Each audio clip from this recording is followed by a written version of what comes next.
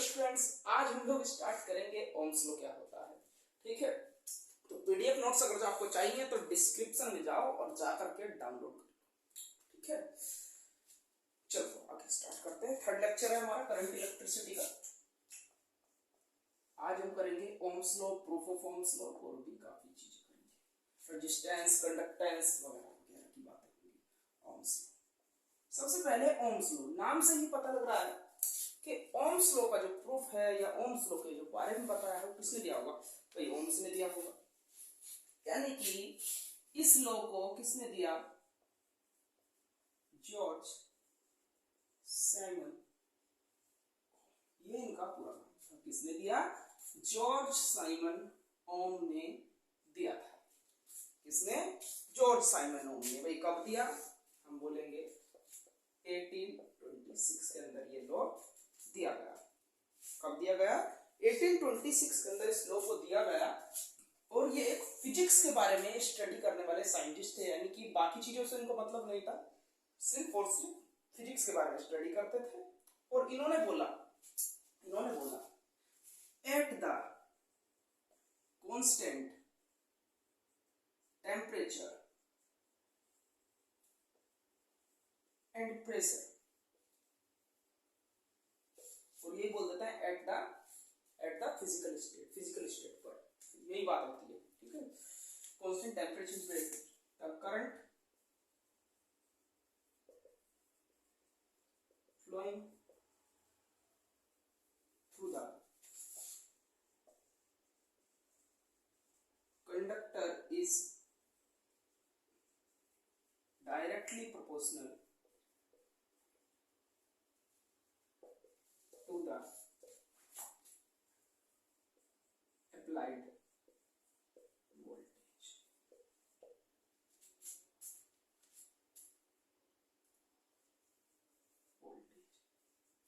ठीक है, यानी कि V is directly to I और यहां से डायरेक्टली प्रोपोर्शनल हटता है तो ये कांस्टेंट आता है, जो कि क्या आया हमारा R। R क्या है भाई? रेजिस्टेंस। क्या है? Where R is resistance. ये होता है। इन्होंने बोला, ध्यान से सुना बहुत ज्यादा, कि किसी सर्किट के अंदर जितना बड़ा पोटेंशियल डिफरेंस लगाओगे, कि जितनी बड़ी बैटरी लगाओगे, उस सर्किट के अंदर उतना ही ज्यादा करंट फ्लो होगा, उतना ही ज्यादा। लेकिन कंडीशन है कि सर्किट की जो फिजिकल स्टेट है, मतलब कि सर्किट जो है कांस्टेंट टेम्परेचर और प्रेशर को होना चाहिए, यानी कि ना ही तो टेम्परेचर चेंज हो उसका और ना ही प्रेशर चेंज हो। ये बात भी हम आपको बताएंगे कि किस वजह से ऐसा उसने बोला। तो बोला क्या था उसने? ये है कंडक्टर, मैंने क्या कहा, कंडक्टर के दोनों साइड में लगा दिया पोटेंशियल डिफरेंस, यानी कि बैटरी। तो उसने बोला इसमें करंट जाएगी भाई। ठीक है, तो बोला ये गया कि ये जो बैटरी है जितनी बड़ी होगी उतनी ही ज्यादा करंट फ्लो होगी, सारी दुनिया जानती है। ठीक है, ठीक है। तो ओम्स लॉ को हम पहले से ही जानते हैं, यानी कुछ नहीं ओम्स लॉ, क्योंकि हम बार बार यूज करते हैं। लाइट है ना, लाइट नहीं बोलते उसे, इलेक्ट्रिसिटी है ना, करंट इलेक्ट्रिसिटी, यानी कि जो हमारे घर में इलेक्ट्रिसिटी आ रही है वो क्या है, किस पर डिपेंड करती है? पोटेंशियल पर डिपेंड करती है। कहते हो जो हमारा इन्वर्टर बैटरी है वो जितनी बड़ी होगी, हालांकि वहां पर एक यूपीएस रखा रहता है जो हमें कांस्टेंट करंट ही देता है, लेकिन उसकी कैपेसिटी इतनी ज्यादा बढ़ जाती है। ठीक है, यानी कि दो बैटरी वाला इन्वर्टर है तो ज्यादा दिन चलेगा, ज्यादा टाइम तक वो आपको जो है करंट प्रोवाइड करा सकता है, और छोटी लोगे तो कम। लेकिन वो किसके वजह से कांस्टेंट करंट प्रोवाइड कराता है? इन्वर्टर। किसकी वजह से? क्योंकि उसमें यूपीएस लगा हुआ होता है। अगर जो मानो उसमें यूपीएस ना हो तो करंट क्या करेगी?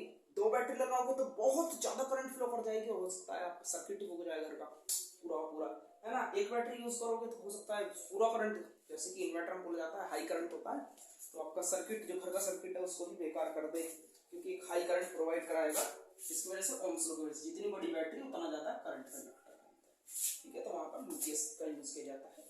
ठीक है, तो ओम्स लॉ क्या होता है? जनरली कुछ नहीं होता। उसने बोला at the constant temperature and pressure the applied voltage is directly proportional to the current flow, यानी कि जितना ज्यादा वोल्टेज होगा उतना ज्यादा करंट फ्लो होगा। यहाँ से डायरेक्टली प्रोपोर्शनल आया, आर आ गया, जिसको हम लोग रेजिस्टेंस बोलते हैं। रेजिस्टेंस क्या होता है भाई? रुकावट बनती है ना करंट के बीच में, उसको रेजिस्टेंस बोला जाता है। बात भी करेंगे इस पे थोड़ी सी और ज्यादा चर्चा करेंगे।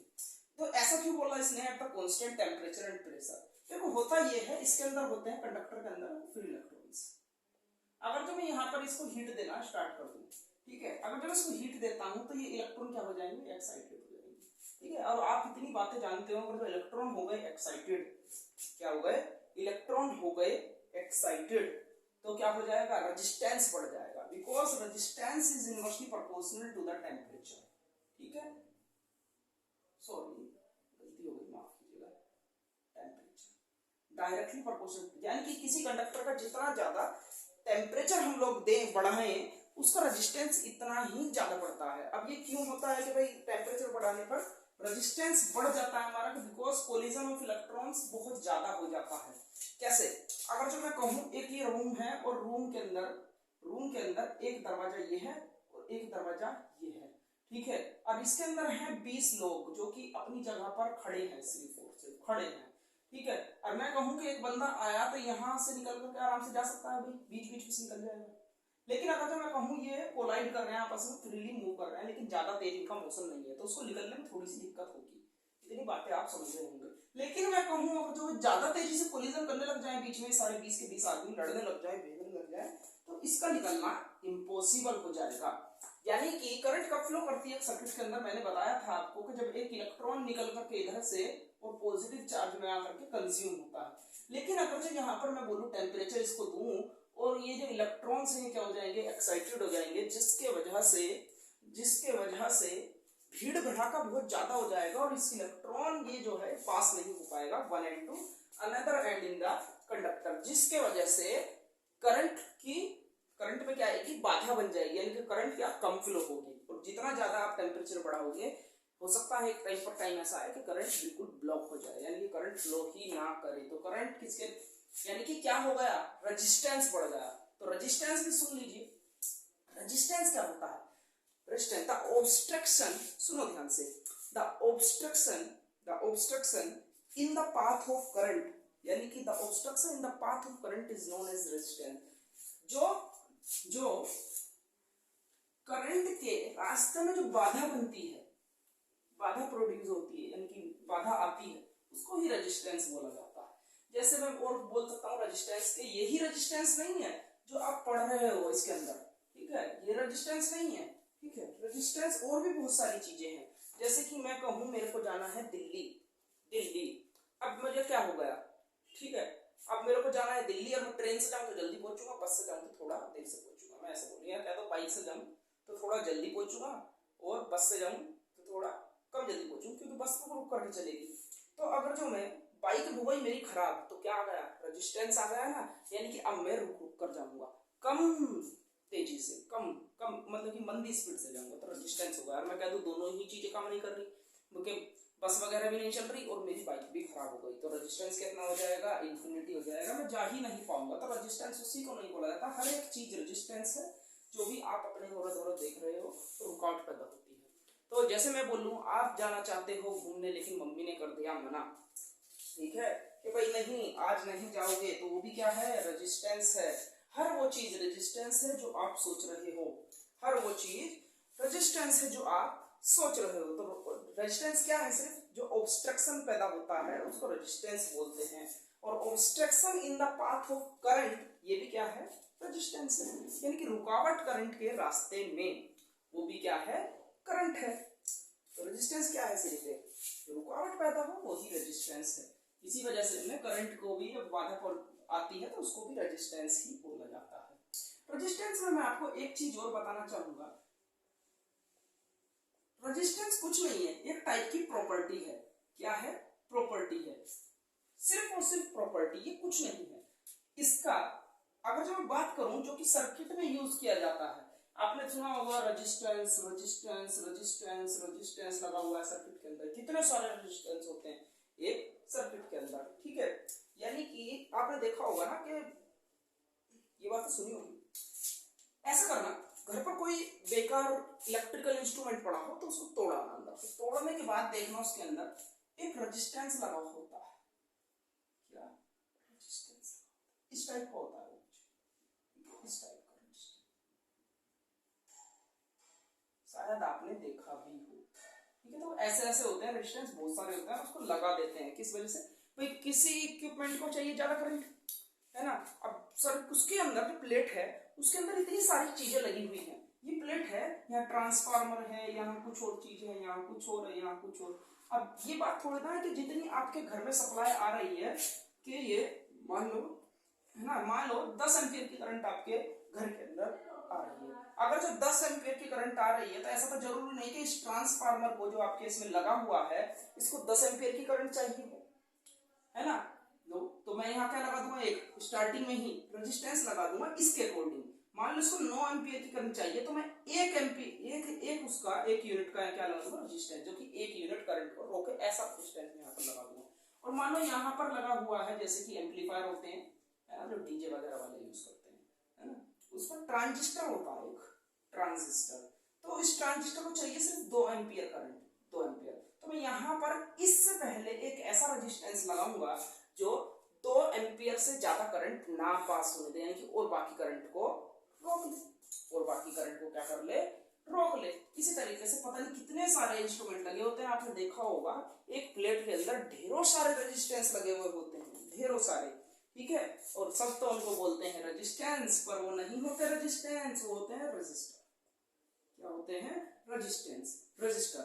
रजिस्टर एक डिवाइस है जो कि आप पुट करते हो, वो रेजिस्टेंस नहीं होता, होता है रजिस्टर। रेजिस्टेंस कुछ नहीं होता, रेजिस्टेंस प्रॉपर्टी होती है जिसके बेसिस पर हमने रजिस्टर को बनाया, ठीक है, ठीक है। जैसे कि हमने पढ़ा था कैपेसिटेंस ऑफ कैपेसिटर, वो प्रॉपर्टी होती है, लेकिन कैपेसिटर क्या होता है, कैपेसिटर एक डिवाइस होती है। इसी तरीके से रेजिस्टेंस तो हो गया जो हमने एक डिवाइस बनाई, रेजिस्टेंस जो सॉरी रजिस्टर जो हो गया वो एक डिवाइस हो गई, रेजिस्टेंस क्या हो गई, एक प्रॉपर्टी हो गई, प्रॉपर्टी, ठीक है। एक वर्ड और आपको आगे सुनने में आएगा, रेजिस्टिविटी। रेजिस्टिविटी, अब सर ये क्या होता है, रेजिस्टिविटी बेटा कुछ नहीं होता, रेजिस्टिविटी होता है एक तरीके से रेजिस्टेंस ही आप इसको बोल सकते हो, यानी कि जिसका रेजिस्टेंस अलग अलग चीजें होती है, मैं समझाऊंगा भी आगे इसको। ये कुछ नहीं होता, ये अलग अलग मेटल के अलग अलग होते हैं, ठीक है। जैसे कि कॉपर की रेजिस्टिविटी अलग होती है ना, और एल्युमिनियम की रेजिस्टिविटी अलग होती है। कॉपर की, एल्युमिनियम की रेजिस्टिविटी ज्यादा होती है कॉपर से, तो मैं कह सकता हूँ एल्युमिनियम का रेजिस्टेंस ज्यादा होता है कॉपर से। तो ये क्या है, प्रॉपर्टी है अलग अलग मटेरियल की, यानी कि रेजिस्टिविटी कुछ नहीं है, सिर्फ ये भी एक टाइप की प्रॉपर्टी है जो कि अलग अलग मेटल को, ये मेटल को डिफाइन नहीं करता है रेजिस्टेंस, ये भी प्रॉपर्टी है, लेकिन ये क्या करती है, अलग अलग मेटल की रेजिस्टिविटी अलग अलग होती है। जैसे कि हम कहें कि एल्युमिनियम में कम करंट पास होता है लेकिन गोल्ड में ज्यादा करंट पास हो जाता है, तो हम बोलेंगे कि एल्युमिनियम की रेजिस्टिविटी बोलेंगे। अब रेजिस्टिविटी कैसी होगी, वो कैसी होगी, वो एल्युमिनियम की ज्यादा होगी, जिस वजह से उसमें कम करंट पास होता है।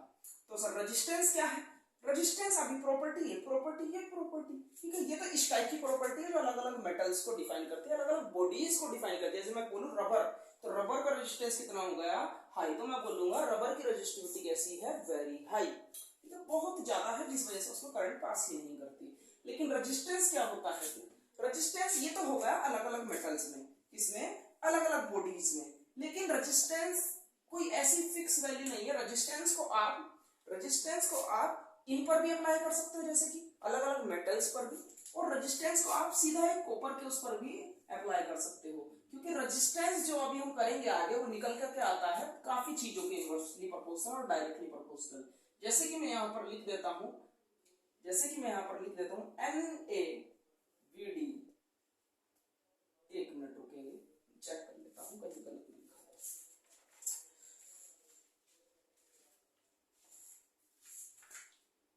हाँ ये देखो, ये होता है ml ne स्क्वायर टाउ, क्या होता है, ml ne स्क्वायर टाउ, ये होता है number of electrons per unit volume. ये सभी चीज मैं आगे बताऊंगा कि जनरली समझ लो रेजिस्टेंस क्या होता है।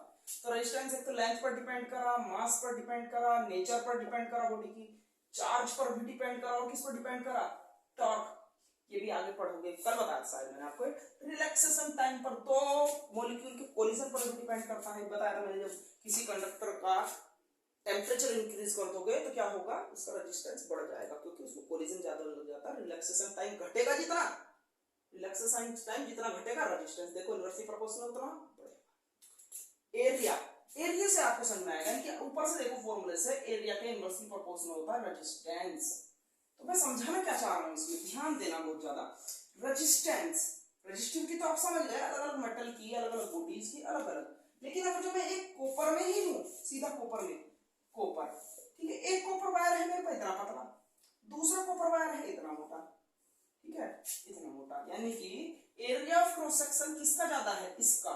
अगर जो इसका एरिया ऑफ क्रॉस सेक्शन ज्यादा है तो रेजिस्टिविटी, रेजिस्टेंस है इनवर्सली प्रोपोर्शनल टू एरिया, तो मैं कहूंगा रेजिस्टेंस जो है इस वाले का कम होगा, जबकि इसका रेजिस्टेंस ज्यादा होगा।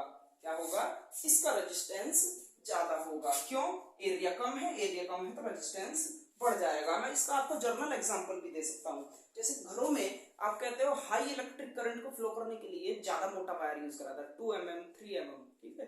लेकिन आप बोलो कि भाई आपको नॉर्मली एक बल्ब जलाना है छोटा सा, नो वोल्ट का, जैसे कि एलईडी होती है, तो उसमें क्या करोगे आप लोग, 9 वोल्ट का बल्ब जलाना है, तो उसके अंदर आपको पतला सा वायर भी काम कर जाएगा, यानी 1 mm, ½ mm का वायर भी आपका काम कर जाएगा। क्यों, उसका एरिया ऑफ क्रॉस सेक्शन कम है, और जो बल्ब है हमारा उसको भी कम करंट चाहिए, यानी कि उसके अंदर जो रेजिस्टेंस होगा वो ज्यादा होगा, यानी कि वो कम करंट में भी काम चला लेगा, क्योंकि इसका रेजिस्टेंस तो पतले वाले का होगा क्या, ज्यादा, और रेजिस्टेंस अगर जो इसका ज्यादा होगा तो इसमें कम करंट फ्लो देगी, लेकिन वो बल्ब कम करंट से कम चला लेगा ना, ठीक है। तो हम उसमें ये वाला वायर भी यूज कर सकते हैं, लेकिन ये है कितने का, 2 mm का तार है, अगर यानी कि मोटा है, कहने का मतलब ये है।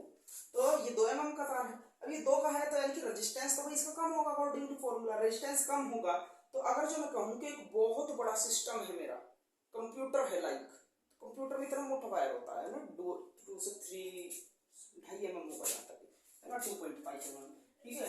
तो उसमें इतना मोटा वायर होता है, अगर मैं उसमें पतला वायर का यूज करूँ तो कंप्यूटर में ही चलेगा, क्योंकि करंट को, कंप्यूटर को चाहिए ज्यादा इलेक्ट्रिक करंट, ज्यादा इलेक्ट्रिक करंट। पतला वायर लगाऊंगा तो रेजिस्टेंस ज्यादा होगा, और रेजिस्टेंस कब ज्यादा होता है, जब टेम्परेचर बढ़ जाए, तो उसका टेम्परेचर बढ़ेगा। और आप देखते भी होंगे कि अगर जो एक हाई वोल्टेज लेने वाली चीज, एक हाई, जैसे इलेक्ट्रिक मोटर को आप, पानी वाली मोटर जो होती है उसको पतले से वायर से चला दो बिल्कुल, तो वो क्या हो जाएगी, फूक जाएगा। क्यों, उसका टेम्परेचर बढ़ जाता है, यानी कि टेम्परेचर इंक्रीज हो जाता है, रेजिस्टेंस बढ़ जाता है, क्योंकि रेजिस्टेंस टेम्परेचर पर डिपेंड करता है।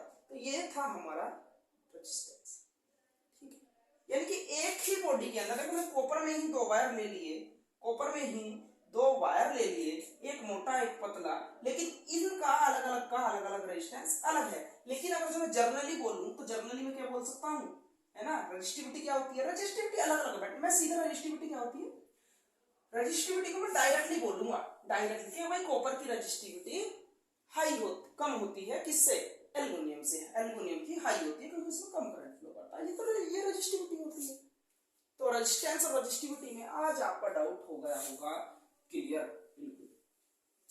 तो अगर जो आपका डाउट हो गया क्लियर तो कमेंट में एक बार यस जरूर लिख देंगे, ताकि मैं समझ जाऊं कि आपको आ गया है समझ, ठीक है। मेरे को भी तो पता लगना चाहिए कि आपको आ रहा है या नहीं आ रहा। चलो एक बार वीडियो चेक करता हूँ, आप थोड़ा सा रेस्ट लो, 10 सेकंड से। चलो चल रही है, अक्सर ऐसा होता है मेरे मोबाइल में वीडियो उठ जाती है, ठीक है, तो फिर मेरे को दोबारा शूट करनी पड़ती है, तो बहुत दिमाग खराब होता है इस टाइम पर, ठीक है। तो अभी हमने करा, अभी हमने पढ़ा ओम्स लॉ और हमने पढ़ा रेजिस्टेंस। रेजिस्टेंस नोट में एक पॉइंट लिख लेंगे, लो लाइट भी आ गई, ठीक है, नोट में एक पॉइंट लिखेंगे। देखो आर हमने पढ़ा क्या होता है, V = IR। रेजिस्टेंस अभी भी थोड़ा बाकी, देखते रहो रेजिस्टेंस क्या है, रेजिस्टेंस V = R कितना हो गया, V/L। अब लोग सोचते हैं कि रेजिस्टेंस V पर डिपेंड करेगा और I पर डिपेंड करेगा। मैं आपको बता दूं 99% केसेस में, 99% केसेस में कांस्टेंट क्वांटिटी जो होती है, यानी कि जैसे V = I तो कांस्टेंट R, ठीक है, तो कांस्टेंट क्वांटिटी कभी भी उस चीज पर डिपेंड नहीं करेगी जो आपको सामने दिखाई दे रही है। जैसे कि मैंने रेजिस्टेंस के लिए फॉर्मूला बताया था, ये इस पर डिपेंड करता है, तो कितना mL/ne², और ये पढ़ेंगे हम ओम्स लॉ के प्रूफ में, ये आया कहां से तो, ठीक है, ओम्स लॉ के प्रूफ में। तो इन पर डिपेंड ना करेगी, क्यों, भाई वोल्टेज पर डिपेंड करेगी क्या कि आप ज्यादा वोल्टेज लगाओगे तो ज्यादा रेजिस्टेंस बढ़ेगा? नहीं, करंट डिपेंड करती है वोल्टेज पर, तो रेजिस्टेंस क्यों करेगा? रेजिस्टेंस तो किस पर करेगा, है ना, लेंथ वगैरह पर करेगा, एरिया पर करेगा। लेंथ पर कैसे करता है हम ये भी आपको बताएंगे। करंट पर डिपेंड करेगी, किस पर? करंट पर, सॉरी क्या बोल रहे हैं, रेजिस्टेंस करंट पर डिपेंड नहीं करेगा। करंट पर डिपेंड करेगा क्या? किसी एक सर्किट में कितनी ज्यादा करंट जा रही है उसके हिसाब से उसका रेजिस्टेंस नहीं भाई, उसके हिसाब से कैसे डिपेंड कर दोगे, है ना। अब आपको लग रहा होगा सब ठीक तो है, ठीक तो है, जितनी ज्यादा करंट इसका मतलब उसका रेजिस्टेंस कम है, कम है। अरे भाई ऐसा भी तो हो सकता है कि वायर मोटा ले रखा हो, है ना, वायर बड़ा ले रखा हो, करंट तो वो उतना ही रोकेगा, करंट तो वो उतना ही रोकेगा। देखो एग्जांपल देते हैं आप समझ, मेरे पास है ये वायर, एक यही वायर है, अभी मैंने इसको यहाँ लगा दिया, मैंने कंडक्टर का हो वायर का हो, है ना, पोटेंशियल। अभी मैंने 2 एम्पीयर की करंट यहाँ से भेजी, तो इसका रेजिस्टेंस था 2 ओम, तो ये अब क्या रोकेगा? 2 ओम की करंट रोकेगा, यानी कि इसने क्या रोका? ये कुछ करंट हमारी रोक लेगा। मान लो 1 एम्पीयर की पास हुई, ठीक है, 1 एम्पीयर की करंट इसने रोक ली।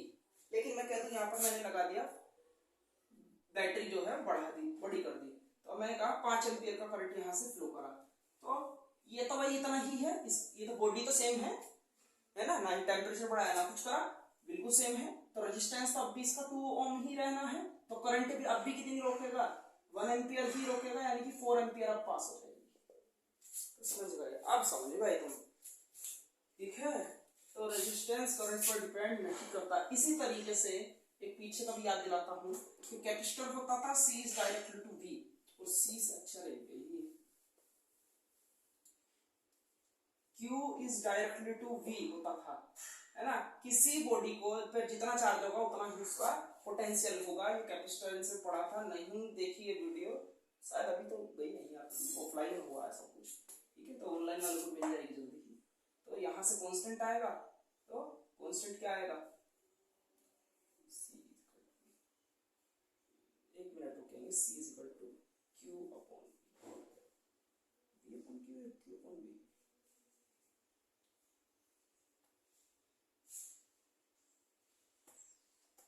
वन मिनट वेट करेंगे।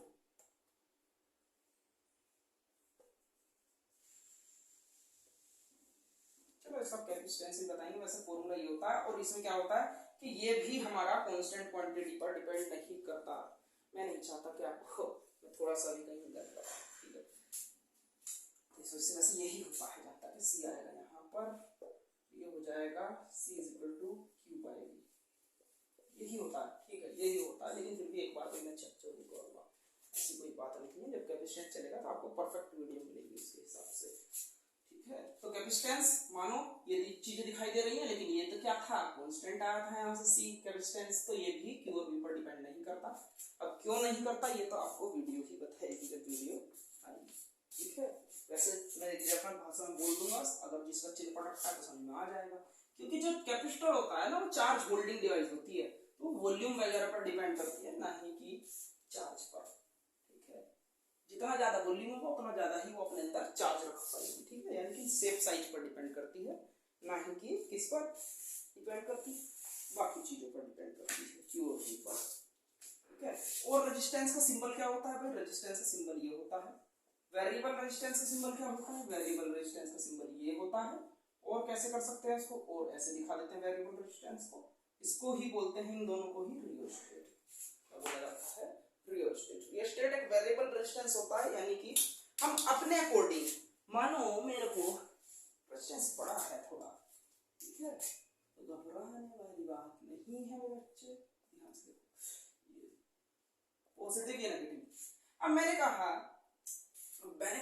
कि यहाँ से कर रही है करंट फ्लो, इधर से को, ठीक है, अगर करंट फ्लो कर रही है और मेरे पास ये एक ऐसा सर्किट है जिसके अंदर मेरे को कभी कम करंट की जरूरत पड़ती है, कभी ज्यादा करंट की जरूरत पड़ती है, यानी कि मैं एक फिक्स रेजिस्टेंस यहाँ पर नहीं लगा सकता बीच में। अगर जो एक फिक्स रेजिस्टेंस लगाऊंगा तो ये इसको एक पर्टिकुलर ही करंट दे पाएगा, यानी कि मान लो 1 ओम का लगा दिया, तो यहाँ से पास होकर के मैंने कही कि हाफ करंट रह गई, अगर जो हाफ रह गई तो इसको हाफ ही देगा कंटिन्यूसली हर टाइम, क्योंकि ये क्या है? फिक्स्ड रेजिस्टेंस है, इसी को फिक्स्ड रेजिस्टेंस भी बोलते हैं,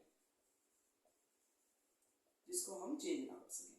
ज्यादातर वैसे यही यूज होता है सर्किट के अंदर, ठीक है।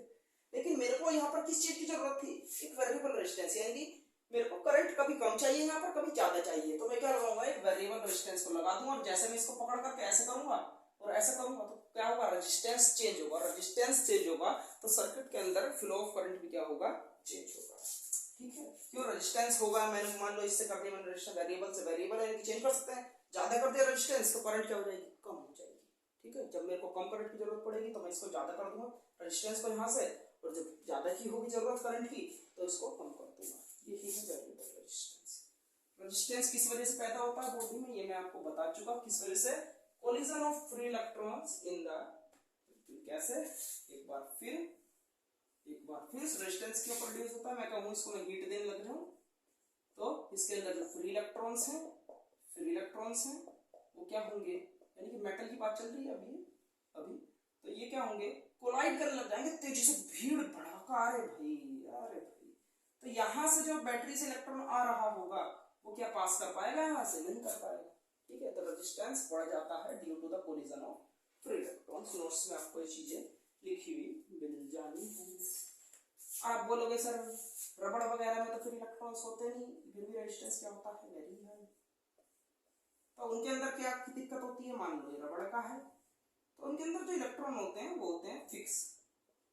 करंट के बारे में मैं एक बात और आपको बता दूं कि ये जो इलेक्ट्रॉन होता है, कौन सा, ये जो इलेक्ट्रॉन यहाँ से बैटरी से आता है कंडक्टर के अंदर, तो ये इलेक्ट्रॉन खुद नहीं जाता भाई, यहाँ पर इस इलेक्ट्रॉन को ये ही फ्री इलेक्ट्रॉन पकड़ करके इधर ले जाते हैं, ठीक है। अगर जो ये चल ही नहीं सकते तो ये क्या इसको ले जाएंगे, ये वाली बात होती है, तो समझ गए। जब ये खुद चल ही नहीं सकते, फ्री इलेक्ट्रॉन्स ही नहीं है, तो ये इसको कहाँ पकड़ करके ले जाएंगे, क्या नहीं ले जाएंगे, ठीक है। तो वो क्या हो गया, रेजिस्टेंस पैदा हो गया बॉडी में, किस वजह से, फ्री इलेक्ट्रॉन्स ना होने की वजह से, आप ऐसे भी बोल सकते हो, ठीक है। आगे टॉपिक आता है कंडक्टेंस। ऐसा यूनिट क्या है अच्छी रेजिस्टेंस की, ओम, क्यों, ओम ने दिया था, ठीक है। तो डायमेंशनल फॉर्मूला क्या हो जाना है इसका, अब क्या हो गया सर, ये तो कुछ अजीब कहानी है, डायमेंशनल फॉर्मूला कैसे लिखा है भाई, अभी तो पढ़ा, we know R is equal to होता है वी बाय आई, वी यानी potential equal to work by W, और वर्क के लिए क्या होता है, W is equal to F D X, यानी कि ये हो गया भाई एम एल, यहाँ दिखा देता हूँ वर्क के लिए, एम एल टी माइनस के 2 डी एक्स, यानी कि लेंथ है तो एल, क्यू का होता है 80, कहाँ से लिया था हमने 80, ये था I is equal to q by t, तो मेरे को क्या निकालना है, क्यू के लिए निकालना, Q is equal to I T, तो एम्पियर एयर और टी, इसको करोगे सोल्व तो ये आ जाएगा M L square T minus, ये ऊपर जाएगा भाई, है ना, पॉजिटिव है, माइनस जाएगा टी माइनस के, और ये भी ऊपर जाएगा ए, तो ये जाएगा माइनस के, तो ये आ गया डायमेंशनल फॉर्मूला ऑफ रेजिस्टेंस। बताओ कोई डाउट है इसमें, कमेंट में, डाउट हो तो कमेंट में डाल देना, नहीं हो तो भी मेरे को बता देना, ये सही मजाक, सब मजाक है, बिल्कुल कोई दिक्कत नहीं है।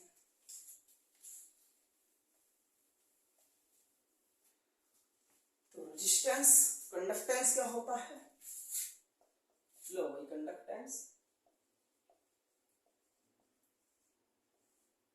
Inverse of resistance is known as conductance, यानी कि कंडक्टेंस देखो inversely proportional to the resistance, ठीक है। रेजिस्टेंस और कंडक्टेंस को जी से डिनोट किया जाता है, और इसको डिफाइन किया जाता है the inversely proportional of conductance. Conductance क्या भाई, रेजिस्टेंस क्या, जो करंट को रोके, तो कंडक्टेंस क्या, जो करंट को उतना ही ज्यादा पास होने दे, उसको बोलते हैं कंडक्टेंस, कंडक्ट करे जो इलेक्ट्रिसिटी को ज्यादा से ज्यादा, उसको कंडक्टेंस जितना ज्यादा होगा इलेक्ट्रिसिटी उतनी ज्यादा फ्लो होगी किसी कंडक्टर के अंदर, तो समझ गए। जैसे कि हम बोलते हैं कंडक्टर, तो कंडक्टेंस क्या है, एक प्रॉपर्टी है जैसे कि रेजिस्टेंस, और कंडक्टर क्या है, कंडक्टर एक डिवाइस है, जैसे कि मैं वायर कह दूं, है ना, जो आप अब तक पढ़ रहे हो, कंडक्टर जिसके अंदर फ्री इलेक्ट्रॉन्स पाए जाते हैं, ठीक है, जितने ज्यादा फ्री इलेक्ट्रॉन कंडक्टिविटी उतनी ज्यादा हाई।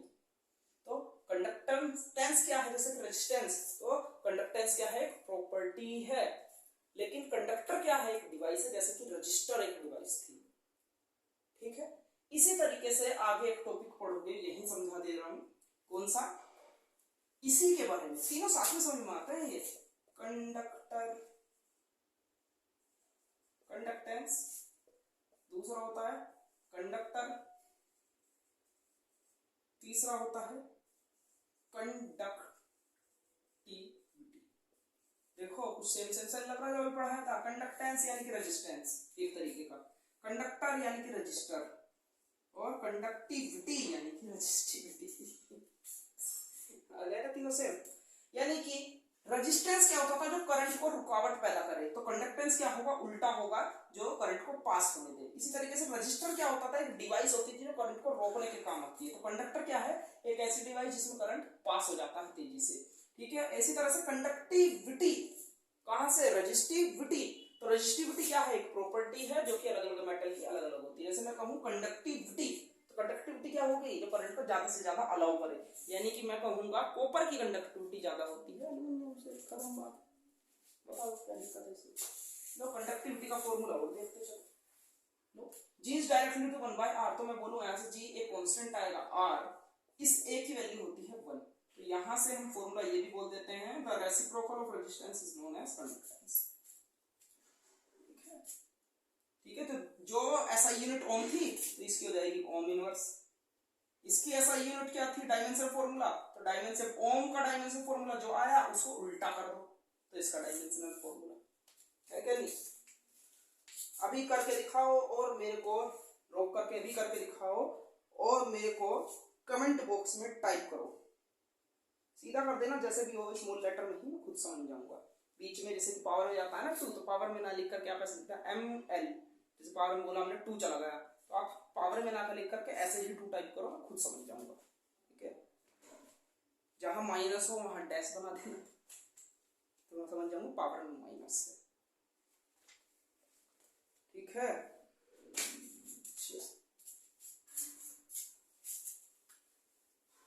आगे देख लो।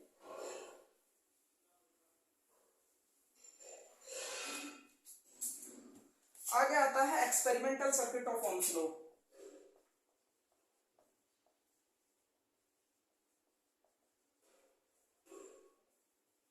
Circuit of Ohm's law, experimental circuit क्या होता है ओम्स लॉ का, ध्यान से देखना।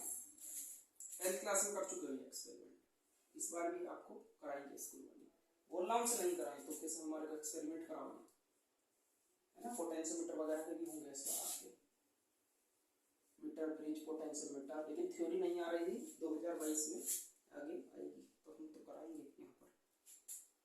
लेकिन जो हमारे बैच के बच्चे हैं मैं उनको तो बताता ही चलूंगा, साथ में बता देता हूँ ऑफलाइन में क्या टॉपिक नहीं आ रहा, तो वो वहां से स्किप कर देना बस, और क्या करना है, सोर्स ऑफ सेम। तो ये सर्किट डायग्राम ओम्स लॉ का, यहाँ पर एमीटर लगा देते हैं। तो करा कैसे जाता है, करा कुछ नहीं जाता भाई, करा सीधा जाता है, आप जानते हो V = IR। तो यहाँ पर लगाओ एक बैटरी पोटेंशियल डिफरेंस, ठीक है, यहाँ पर लगाओ रियोस्टेट वेरिएबल रेजिस्टेंस,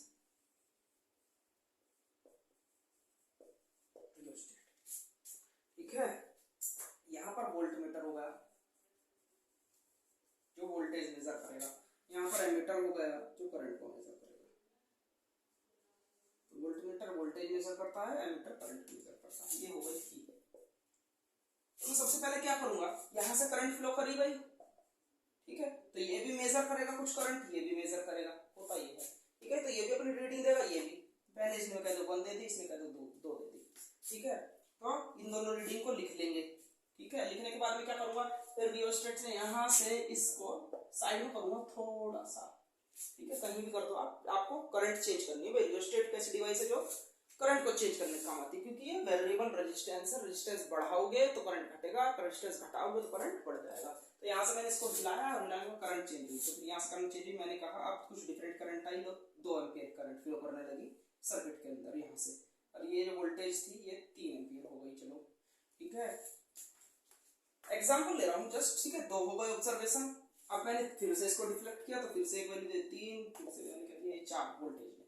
और अब मैं क्या करूंगा, इन सभी का मीन लूंगा, मीन निकालने के बाद v की जगह v पुट करूंगा, i की जगह i की मीन, इसका मीन और इसका मीन निकाल करके यहाँ पुट करूंगा, यहाँ पुट करूंगा, और मेरे पास क्या आ जाएगा r, इसकी एक वैल्यू मिल जाएगी मेरे को, इसकी एक वैल्यू मिल जाएगी v बाय i। वैसे ज्यादा ये बोर्ड वगैरह में आता नहीं, तो करना चाहो तो कर लो, मैंने तो करा दिया, ठीक है।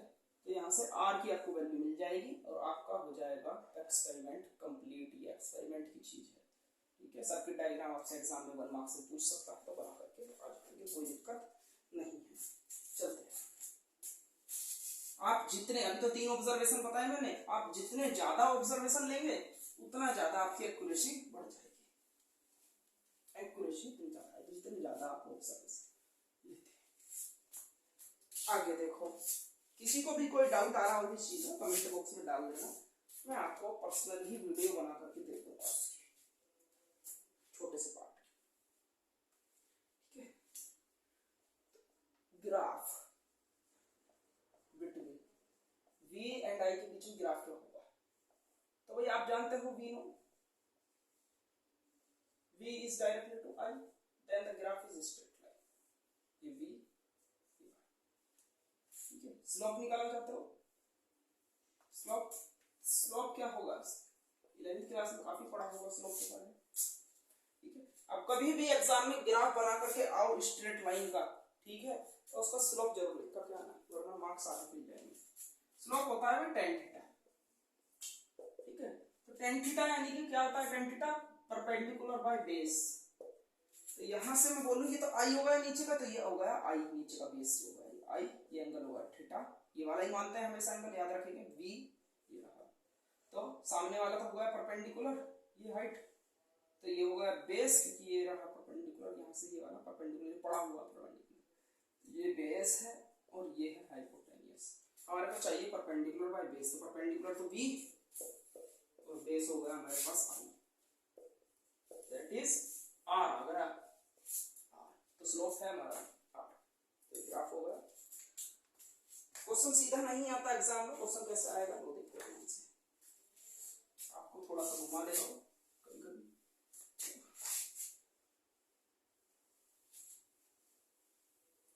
अगर चलो एक चीज और दिखाते हैं, अगर जो मेरे को अभी तो v यहाँ पर रखा था, i यहाँ पर, अगर जो मेरे को ग्राफ बनाना हो तो v नीचे और i में यहाँ पर, ठीक है।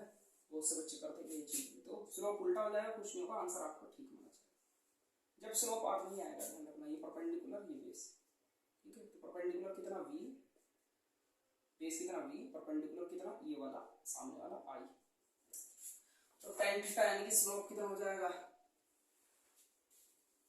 tan थीटा यानी कि परपेंडिकुलर अपॉन बेस, परपेंडिकुलर कितना i, बेस कितना v, और i by v according to Ohm's law क्या होता है 1 बाय r, तो स्लोप इस बार 1 बाय r आ रहा है उल्टा करने पर, ठीक है। i ऊपर को, क्योंकि फॉर्मूला पलट दिया आपने, v is equal to i r, ठीक है, तो r is equal to v by i होता है, लेकिन आपने क्या करा, फॉर्मूला पलट दिया तो 1 बाय r आ गई। क्या बात है, क्वेश्चन कैसे बनेगा इसके ऊपर और लो, अब आएगा क्वेश्चन असली निकल करके, कैसे क्वेश्चन बनेगा इसके ऊपर ग्राफ के ऊपर। वो आपसे कुछ नहीं कहेगा, वो कहेगा ये एक वायर है a जिसका ग्राफ जा रहा है ये दूसरा वायर है b जिसका ग्राफ जा रहा है ये b है, ये i है। बताओ बताओ किस वायर का रेजिस्टेंस ज्यादा है, रेजिस्टेंस ज्यादा है a का या b का, ठीक है। आप डायरेक्ट इसका आंसर दे सकते हो, वैसे तो ये v ये i, तो आप ऊपर वाले को ऊपर रखो, नीचे वाले को नीचे, तो ये क्या बन गया, r बन गया। तो रेजिस्टेंस किसका ज्यादा होगा, इसका हमेशा ऊपर वाले का, क्या अगर तो सीधा आ जाए तो हमेशा ऊपर वाले का, और कम नीचे वाले का। लेकिन निकाला कैसे ये देख लो, सबसे पहले निकालते हैं हम लोग स्लोप, इसका अलग स्लोप निकालेंगे और इसका अलग, तो थीटा ये v है तो ये v, ये i है तो ये i, तो tan थीटा कितना आ गया था हमारा, यानी कि स्लोप ये आया था भाई परपेंडिकुलर बाय बेस, परपेंडिकुलर कितना, ये रहा v, थीटा के सामने परपेंडिकुलर, नीचे वाला बेस, तो ये हो गया i, तो ये बन गया r, ठीक है। इस तरीके से दिखा करके दोनों के लिए ये होने वाला है, यहाँ पर भी ऐसा बनेगा, ये थीटा ये v ये i, तो दोनों के लिए यही होना है। एक बार ही बनाते हैं एग्जाम में, एक बार ही बनाते हैं एग्जाम में, तो हम को लेंगे कि भाई r, ठीक है, और ये तो सीधा, सीधे का मतलब समझ रहे हो, यानी कि V जिसका ज्यादा होगा रेजिस्टेंस उसका ज्यादा होगा। तो V किसका ज्यादा है, चलो यहाँ से ये पॉइंट यहाँ तक जाता है ग्राफ, तो मैंने यहाँ से इसको डाला परपेंडिकुलर, यहाँ से इसको डाला, तो ये देखो V की वैल्यू कितनी बड़ी। लेकिन इस वाले ग्राफ के लिए देखना तो V सिर्फ इतना ही है इस वाले के लिए, किसे, सेकंड B के लिए। तो A is the correct answer. A wire है मोर रेजिस्टेंस, A का रेजिस्टेंस हाई होगा। अगर जो एग्जाम में दे दे ऐसे, अभी तक तो V इधर था और I इधर था, तो I बाय V कर दिया। फिर से दो graph they they A B, which wire have more resistance, theta perpendicular कितना हो जाएगा I, इस बार ये कितना V, तो मैं बोलूंगा स्लोप कितना हो जाएगा tan थीटा होता है भाई, tan theta perpendicular upon base, तो परपेंडिकुलर इस बार I है और बेस इस बार V है, तो ये आ गया 1/r, ठीक है। और 1/r आया तो यानी कि भाई रेजिस्टेंस किसका ज्यादा होता है, रेजिस्टेंस 1/r, देखो नीचे का नीचे, तो V जिसका ज्यादा होगा फिर से रेजिस्टेंस उसका ही ज्यादा होना है according to formula, V is equal to IR होता है, तो R is equal to according formula V by, तो जिसका V ज्यादा उसका रेजिस्टेंस ज्यादा, या आप ऐसे ही बोल सकते जिसका I कम उसका V ज्यादा। तो ऊपर से ऊपर देख लेते हैं, यानी कि जिसका V ज्यादा उसका I ज्यादा, तो V किसका ज्यादा है, देखो नीचे वाले में V कितना सारा जा रहा है, ये रहा V, लेकिन ऊपर वाले में देखना, देखो ये इतना सारा, किसका B वाले का इस बार ज्यादा, तो B is the right answer. ये आपको नोट्स में सब कुछ मिल जाएगा, वहां से उतार लेना।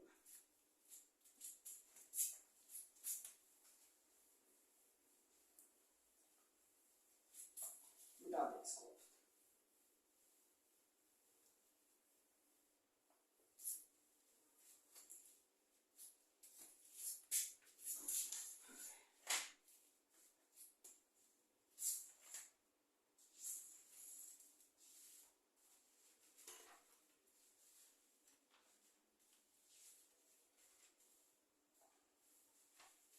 चलो आगे करेंगे अपने लेक्चर में, वैसे तो प्रूफ ऑफ फॉर्म से लोग अभी यही कराने वाला था, लेकिन लेक्चर जहाँ तक काफी ज्यादा लंबा हो चुका, तो आज रखते हैं यहीं पर, ठीक है। और कल आगे का स्टार्ट करेंगे, तो यहाँ तक आप पढ़ करके आना कल, ठीक है, क्योंकि आगे का तभी समझ में आएगा, ठीक है। तो आज की क्लास यहीं पर ऑफ करते हैं और आगे पढ़ेंगे कल, ठीक है। फॉर्म से लोग का प्रूफ हो गया हमारा, और बाकी सारी चीजें भी आगे